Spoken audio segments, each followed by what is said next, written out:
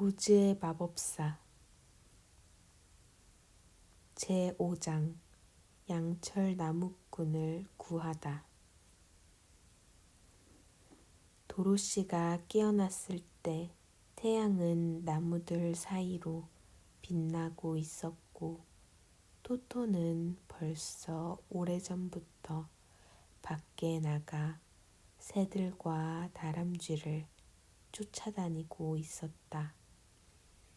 도로시는 일어나 앉아서 주변을 돌아보았다. 허수아비는 그녀를 기다리며 그 자리에 그대로 조용히 서 있었다. 도로시가 그에게 말했다. 나가서 물을 찾아봐야겠어. 허수아비가 물었다. 물이 왜 필요한데?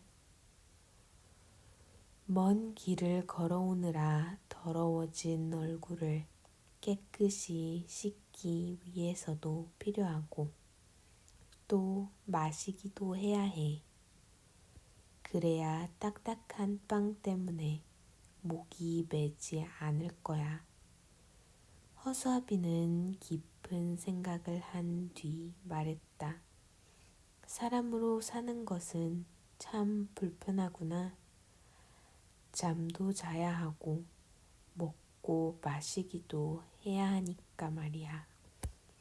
하지만 넌 뇌를 가지고 있으니 그건 다른 많은 불편함보다 더 가치 있는 거겠지.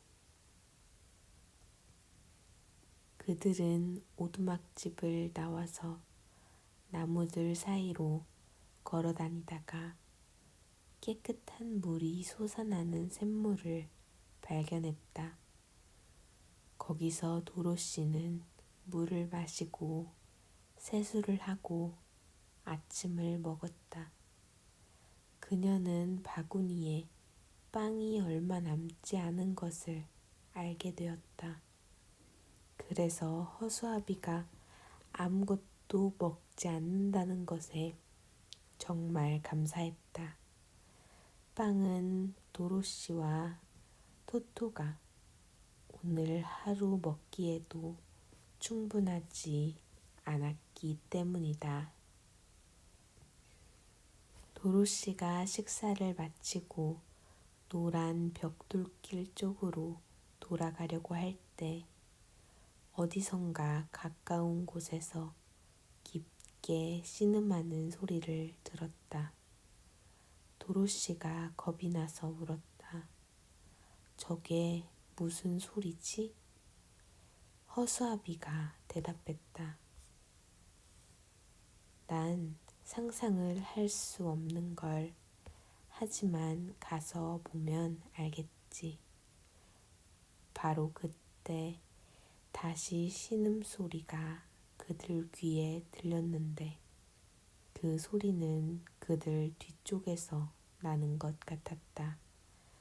그들이 돌아서서 숲속으로 몇 발자국 걸어갔을 때 도로시는 나무들 사이로 쏟아지는 햇빛에 반사되어 뭔가 반짝이고 있는 것을 발견했다. 그녀는 그곳으로 달려가다가 갑자기 멈춰 서서 놀라움에 비명을 질렀다. 거대한 나무 하나가 반쯤 베어져 있었고 그 옆에 몸 전체가 양철로 만들어진 사람이 손에 도끼를 치켜들고 서 있었다. 그의 머리와 팔과 다리는 모두 몸통에 연결되어 있었는데 꼼짝도 할 수 없는 듯 조금도 움직임이 없이 서 있었다. 도로시는 놀라움이 가득한 눈으로 그것과 보고 있었고 허수아비도 마찬가지였다. 토토는 사납게 지저대다가 양철 다리를 물었지만 이빨만 아플 뿐이었다. 도로시가 물었다. 당신이 신음소리를 냈나요? 양철 인간이 대답했다. 그래, 내가 그랬어. 1년도 넘게 신음소리를 내고 있었지만 내 소리를 듣고 나를 도와주러 온 사람은 아무도 없었어. 내가 어떻게 도와줄까? 그 사람의 슬픈 목소리에 마음이 움직인 도로시는 상냥하게 물었다. 그가 대답했다. 기름통을 가져다가 내 연결 부위에 기름칠을 해줘. 너무 심하게 녹이 슬어서 난 전혀 움직일 수가 없어. 기름칠을 하고 나면 난 곧 다시 움직일 수 있을 거야. 내 오두막집 선반에서 기름통을 찾을 수 있을 거야. 도로시는 곧장 오두막집으로 달려가서 기름통을 찾아 다시 돌아왔다. 그리고는 어디에 기름칠을 하면 돼? 하고 걱정스러운 듯이 물었다. 양철 나무꾼이 대답했다. 우선 내 목에 기름칠을 해줘. 그래서 도로시는 그곳에 기름을 넣었다.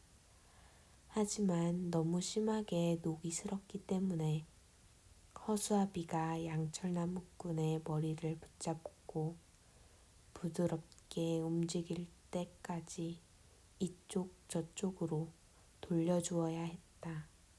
그리고 나서야 양철 나무꾼은 스스로 머리를 움직일 수 있었다. 이제 내 팔에 기름을 넣어줘. 도로시는 양쪽 팔에 기름을 넣었고 허수아비는 새 것처럼 잘 움직일 때까지 조심스럽게 팔을 이리저리 구부렸다 폈다 해주었다. 양철 나무꾼은 만족스런 한숨을 내쉬더니 계속 들고 있던 도끼를 내려서 나무 옆에 기대어 놓았다. 그가 말했다. 아, 이제 정말 살 것 같아. 녹이 슬었을 때부터 저 도끼를 계속 공중에 들고 있었거든. 마침내 도끼를 내려놓을 수 있게 되어서 얼마나 기쁜지 몰라. 이제 내 다리에 기름을 쳐주면 나는 다시 이전처럼 멀쩡해질 거야. 그래서 그들은 양철나무꾼의 다리에 기름을 쳐주었고 곧 그는 자유롭게 움직일 수 있게 되었다. 그는 자기를 도와준 것에 대해 계속해서 고맙다는 인사를 되풀이했다. 양철나무꾼은 아주 예의 바르고 고마워할 줄 아는 사람이었다. 만약 너희들이 오지 않았다면 난 언제까지나 여기 서 있어야 했을 거야. 너희들은 정말 내 생명을 구했어. 그런데 어쩐 일로 여기까지 오게 된 거야? 도로시가 대답했다. 우리는 위대한 오즈를 만나러 에메랄드시로 가는 길인데 하룻밤 지내기 위해서 네 오두막집에 머물게 된 거야. 그가 물었다. 왜 오즈를 만나려고 하는데? 도로시가 말했다. 나는 오즈에게 날 캔사스로 돌려보내달라고 부탁할 거고 허수아비는 그의 머릿속에 뇌를 만들어 달라고 할 거야. 양철나무꾼은 잠깐 곰곰이 생각하는 듯이 보였다. 그리고는 그가 말했다. 오즈가 나에게 심장을 줄 수 있을까? 도로시가 대답했다. 물론 그럴 수 있다고 생각해. 허수아비에게 뇌를 주는 것만큼 쉬운 일일 거야. 양철나무꾼이 대답했다. 그래, 그럴 거야. 만약 내가 너희들과 함께 갈 수 있다면 나도 에메랄드시에 가서 오즈에게 도와달라고 할 거야. 그럼 같이 가자. 허수아비가 기쁘게 말했다. 도로시도 그가 함께 간다면 정말 좋겠다고 덧붙였다. 그래서 양철나무꾼은 도끼를 어깨에 메고 따라 나섰다. 그들은 노란 벽돌로 포장된 길 쪽으로 돌아가기 위해 숲속을 걸어갔다.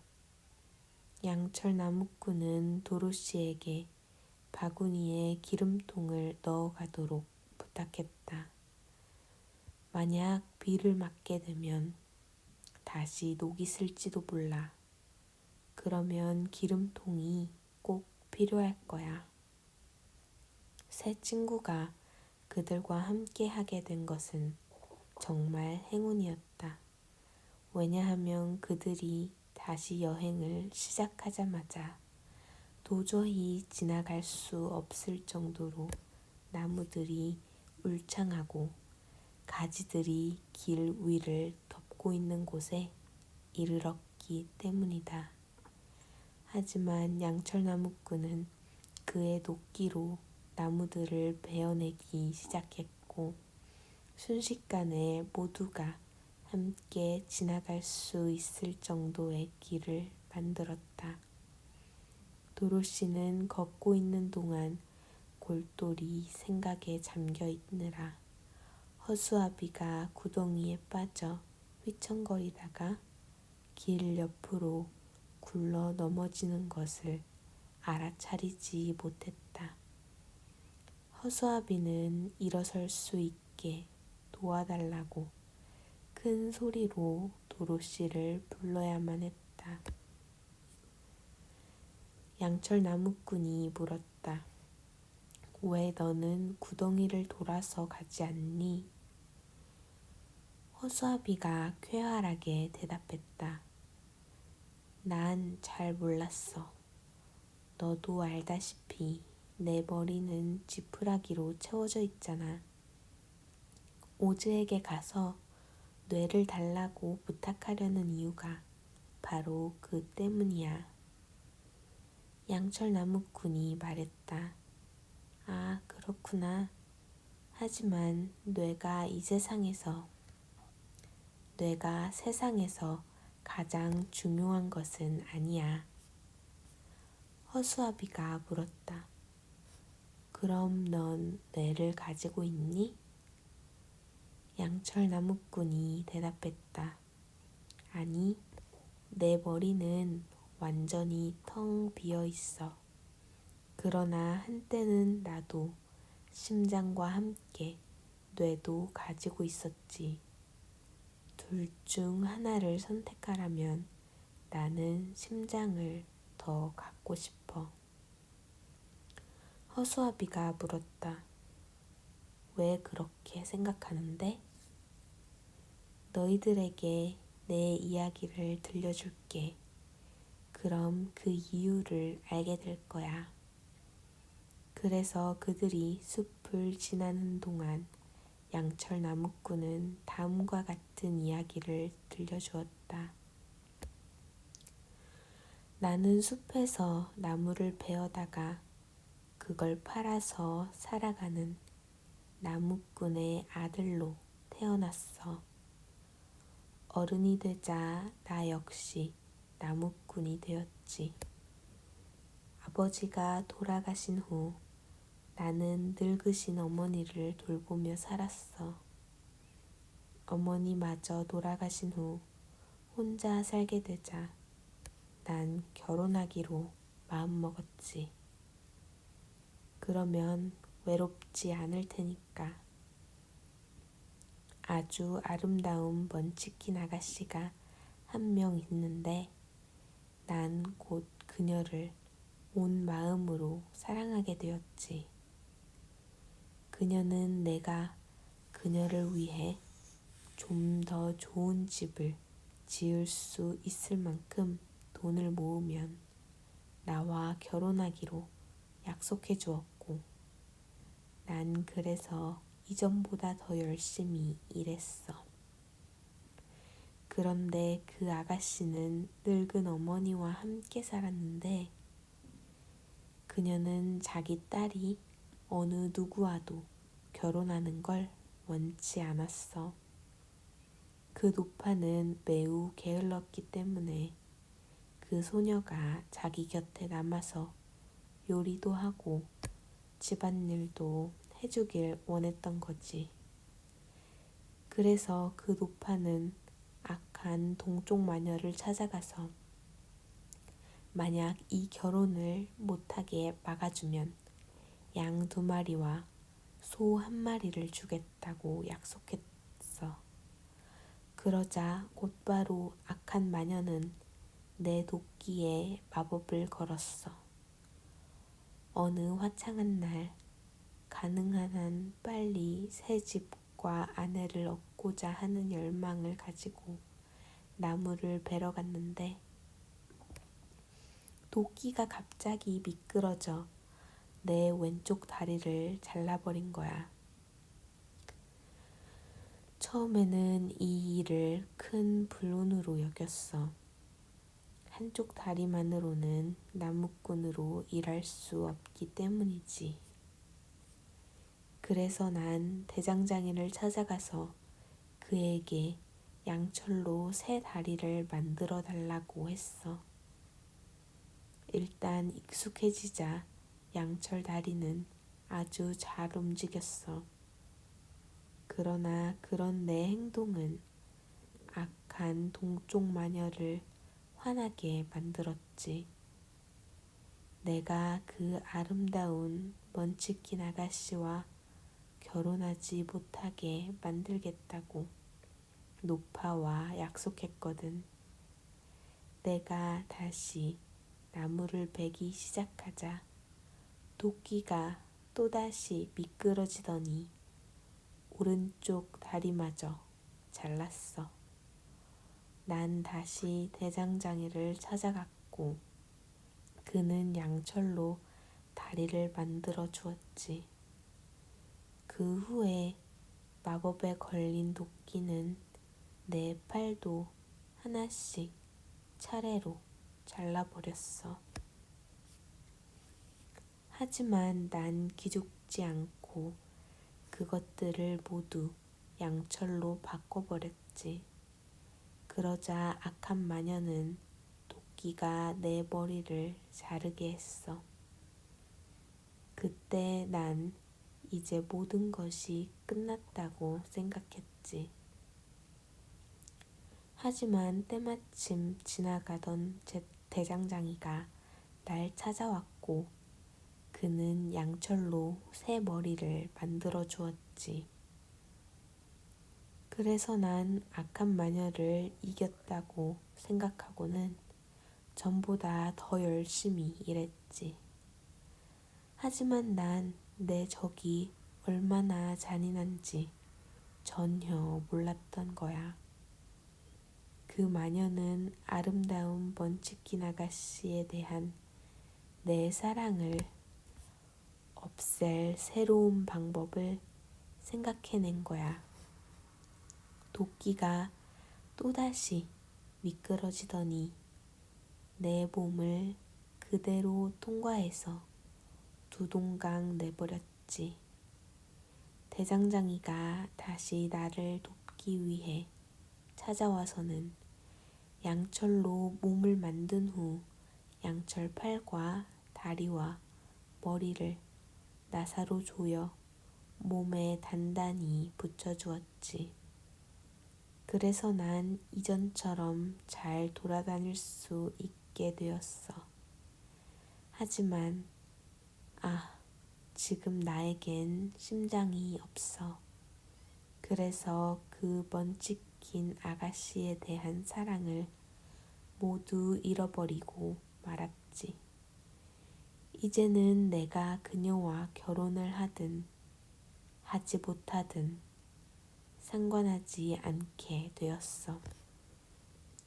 그런데 내 생각에 그 아가씨는 아직도 내가 그녀에게 오기를 기다리면서 노파와 함께 살고 있을 거야.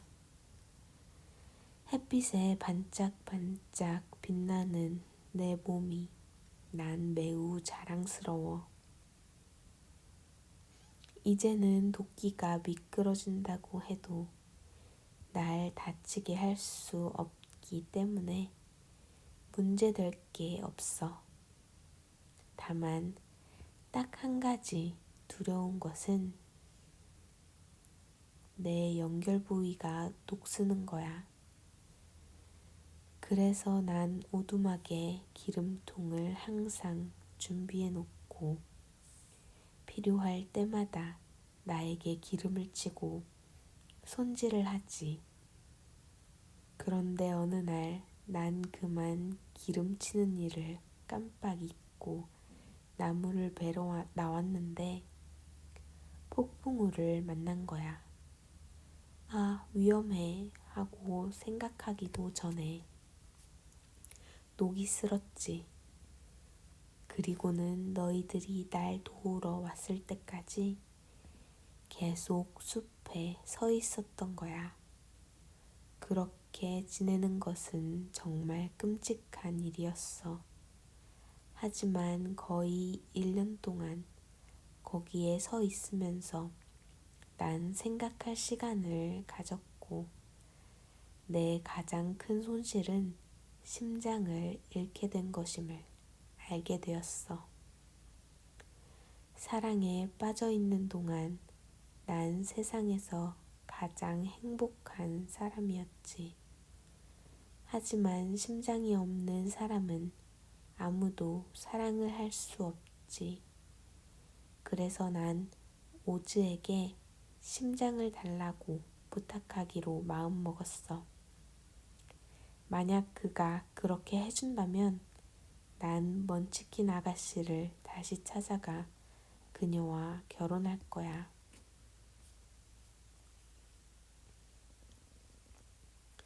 도로시와 허수아비는 양철나무꾼의 이야기를 아주 흥미롭게 들은 뒤 그가 왜 그렇게 새 심장을 갖고 싶어 하는지 이해할 수 있었다. 허수아비가 말했다. 그래도 역시 나는 심장 대신에 뇌를 달라고 할 거야. 바보는 심장을 가지게 된다고 해도 그것으로 무엇을 할 수 있는지 알 수가 없거든. 양철나무꾼이 대꾸했다. 난 심장을 가질 거야. 뇌만으로는 행복해질 수 없기 때문이지. 행복은 세상에서 가장 중요한 거야.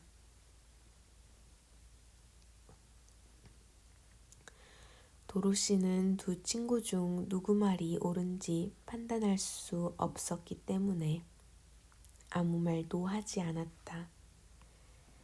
그녀는 만약 캔사스와 엠 아주머니에게 돌아갈 수만 있다면 나무꾼에게 뇌가 없든 허수아비에게 심장이 없든 또는 두 명 모두 원하는 것을 얻든 못 얻든 상관없다고 생각했다. 도로시가 가장 걱정한 것은 빵이 거의 남아있지 않다는 것이었다. 그녀와 토토가 한 번만 더 식사를 하면 바구니가 비게 될 것 같았다. 분명한 것은 나무꾼이나 허수아비는 아무것도 먹지 않아도 괜찮았지만 도로시는 양철이나 지푸라기로 만들어지지 않았기 때문에 먹지 않으면 살 수 없다는 사실이었다.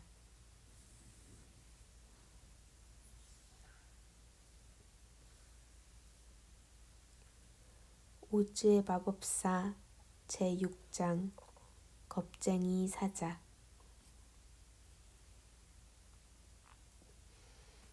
도로시와 친구들은 계속해서 울창한 숲속을 걸어가고 있었다.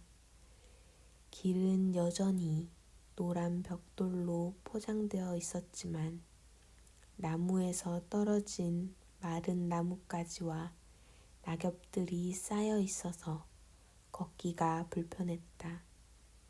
이 숲에는 새들이 별로 보이지 않았다. 새들은 햇살이 풍부한 넓은 들판을 더 좋아하기 때문일 것이다. 하지만 가끔씩 숲속에서 나무들 사이로 몸을 숨긴 야수들이 으르렁거리는 소리가 들려왔다.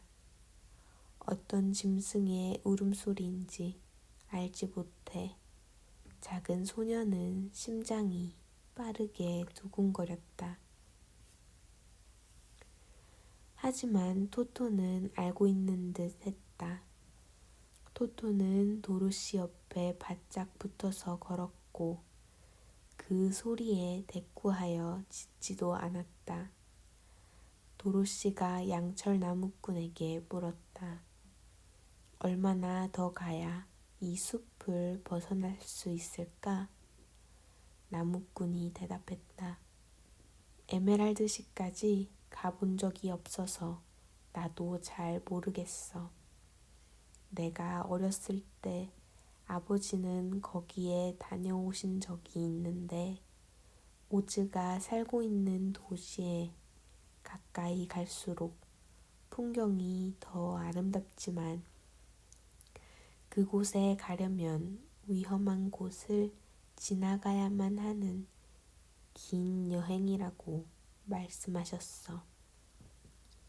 하지만 내 기름통이 있는 한 난 두려울 게 없고 아무도 허수아비를 다치게 하진 못할 것이고 또 네 이마에 착한 마녀의 키스 자국이 있기 때문에 그것이 널 위험에서 지켜줄 거야.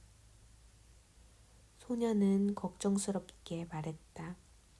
하지만 토토는 그는 누가 지켜주지? 양철 나무꾼이 대답했다. 만약 토토가 위험해지면 우리가 지켜줘야지. 그의 말이 끝나자마자 숲에서 무시무시한 울부짖음이 들려왔고 곧바로 커다란 사자가 갑자기 길로 뛰어들어왔다. 사자의 발길질 한 번에 허수아비는 빙글빙글 돌며 길 옆으로 날아갔다. 그 다음에 사자는 양철 나무꾼을 날카로운 발톱으로 내리쳤다. 하지만 나무꾼이 길 위에 넘어졌을 뿐 아무런 상처도 없는 것을 보자 사자는 깜짝 놀랐다. 바로 그때 눈앞에 적이 나타나자 조그마한 토토는 사자를 향해 달려나가며 지저댔다. 그 커다란 야수가 입을 벌리고 토토를 물려고 하자 도로시는 토토가 죽을지도 모른다는 생각에 위험을 무릅쓰고 그들 사이로 뛰어들었다. 그리고는 할 수 있는 만큼 세게 사자의 콧등을 내리치면서 소리질렀다. 토토를 물지 마. 너같이 커다란 짐승이 이렇게 작고 불쌍한 강아지를 물려고 하다니 부끄러운 줄 알라고. 난 물지 않았어. 사자는 도로시가 내려친 코를 앞발로 문지르며 대답했다. 그러자 도로시가 쏘아붙였다. 알아. 하지만 물려고 했잖아. 넌 커다란 겁쟁이일 뿐이야. 사자는 부끄러운 듯 자기 머리를 흔들며 말했다. 나도 알아.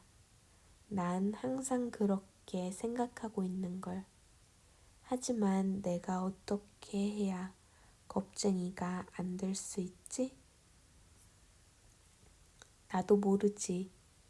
네가 지푸라기로 만들어진 가엾은 허수아비를 때린 걸 생각해봐. 지푸라기로 만들었다고? 사자는 깜짝 놀라며 물었다. 그리고는 도로시가 허수아비를 들어올려 일으켜 세우고 본래 모습을 되찾아주기 위해 여기저기 두드리는 것을 지켜보았다. 그래, 지푸라기로 만들어졌어. 도로시는 아직도 화가 나는 듯이 대답했다. 사자가 중얼거렸다. 그래서 그렇게 쉽게 쓰러졌구나. 난 그가 그렇게 날아가는 걸 보고는 정말 놀랐어. 그럼 저 사람도 지푸라기로 만들어졌니? 도로시는 양철나무꾼이 일어나는 것을 도와주면서 말했다. 아니, 그는 양철로 만들어졌어. 사자가 말했다. 그래서 내 발톱이 거의 부러질 뻔했구나. 발톱이 양철을 긁을 때 내 등에 소름이 돋을 정도였다니까. 네가 그렇게 아끼는 저 조그만 짐승은 뭐니? 도로시가 대답했다. 그는 내 강아지 토토야. 사자가 물었다. 그 강아지도 양철이나 지푸라기로 만들어졌니? 도로시가 말했다. 둘 다 아니야. 그는 진짜 살로 된 강아지야. 오, 정말 신기하게 생긴 동물이구나. 지금 보니 정말 작네. 사자가 슬픈 목소리로 말했다. 나 같은 겁쟁이 빼고는 어느 누구도 저렇게 작은 동물을 잡아먹을 생각도 하지 않을 거야. 넌 왜 그렇게 겁쟁이가 된 거야? 도로시는 작은 말 정도 크기의 이 커다란 야수를 놀라운 눈빛으로 바라보며 물었다. 사자가 대답했다. 그게 바로 수수께끼야. 아마도 태어날 때부터 그랬던 것 같아. 숲속의 모든 다른 동물들은 내가 당연히 용감할 거라고 생각하지. 왜냐하면 사자는 어디에서도 동물의 왕이니까.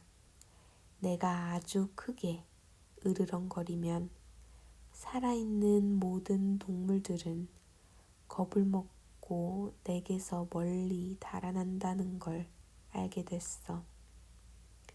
사람을 만날 때마다 난 정말 무서워 죽을 지경이었지만 내가 으르렁거리면 항상 그 사람은 잽싸게 달아나 버리더라고. 만약 코끼리나 호랑이나 곰이 나와 싸우려고 한다면 난 도망쳤을 거야. 난 그 정도로 겁쟁이라고. 하지만 그들은 내가 으르렁거리자마자 그 소리를 듣고는 모두 내게서 멀리 도망가 버리지. 그러면 물론 나는 그냥 가게 내버려둬. 허수아비가 말했다. 하지만 그건 옳지 않아. 동물의 왕이 겁쟁이일 수는 없어. 사자는 그의 꼬리로 눈에 가득 고인 눈물을 닦으며 대답했다. 나도 알아. 그게 내 삶을 아주 불행하게 만드는 가장 큰 슬픔이지.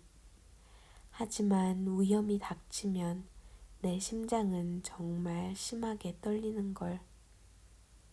양철 나무꾼이 말했다. 어쩌면 심장병일지도 몰라. 그럴지도 모르지 하고 사자가 말했다. 양철 나무꾼이 계속해서 말했다. 만약 심장병이라면 넌 기뻐해야 해. 그건 내가 심장을 가지고 있다는 증거잖아. 나에겐 심장이 없어. 그래서 심장병도 일어날 수 없거든. 사자는 심각한 표정으로 말했다.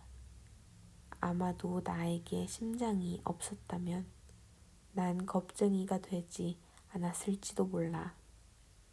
허수아비가 물었다. 넌 뇌를 가지고 있니? 사자가 대답했다. 아마도 그럴 거야. 그걸 한 번도 본 적은 없지만. 그러자 허수아비가 말을 꺼냈다. 난 뇌를 갖게 해달라고 부탁하러 위대한 오즈에게 가는 중이야. 내 머리는 지푸라기로 채워져 있기 때문이지. 나무꾼이 말했다. 난 심장을 달라고 할 거야. 도로시도 덧붙였다. 나는 토토와 함께 캔사스로 돌아갈 수 있게 해달라고 할 거야. 오즈가 나에게 용기도 줄 수 있을까? 겁쟁이 사자가 물었다. 허수아비가 말했다. 그가 내게 뇌를 줄 수 있다면 그럴 수 있을 거야. 나에게 심장을 줄 수 있다면 하고 양철 나무꾼도 말했다. 날 캔사스로 돌려보내줄 수 있다면 하고 도로시도 말했다. 사자가 말했다.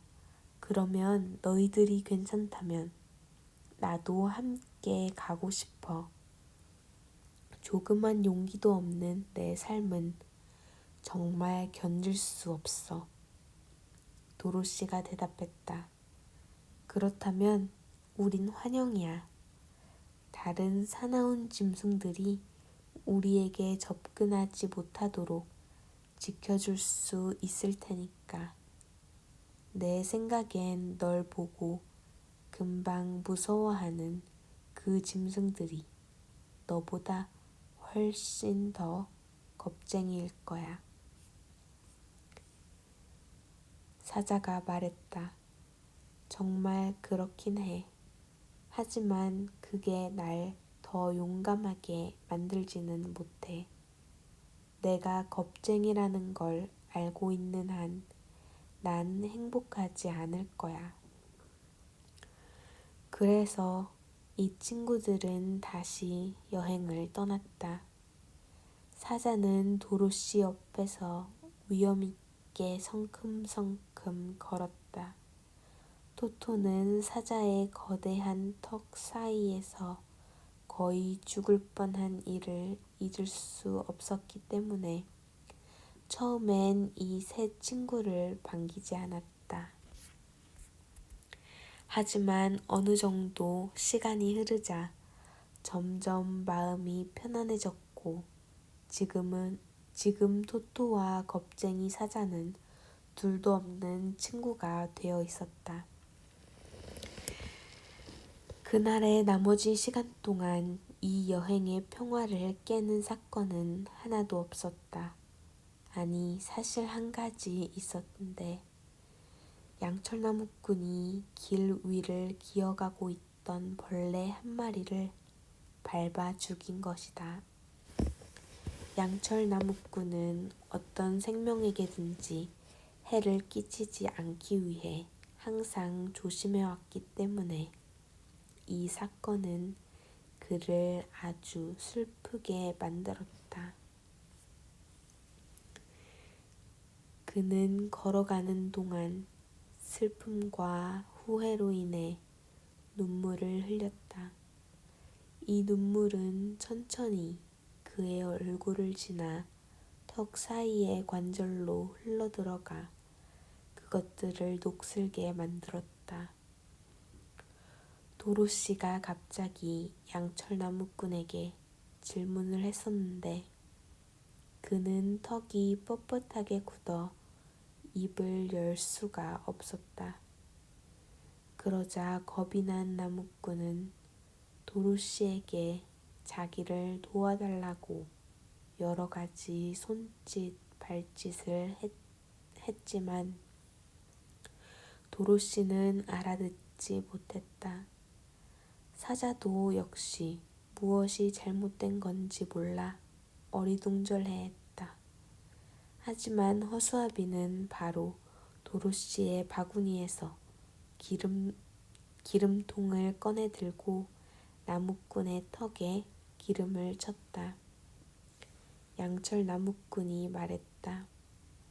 이걸로 난 한 가지 교훈을 얻었어. 이제부터는 내가 밟을 곳을 잘 살펴봐야겠어.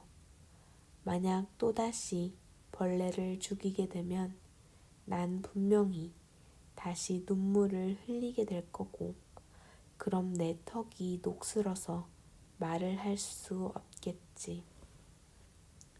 그때부터 그는 땅을 살피면서 매우 조심해서 걸었다. 기어가고 있는 개미를 보자 그는 개미가 다치지 않도록 걸음을 넓게 하여 건너뛰었다.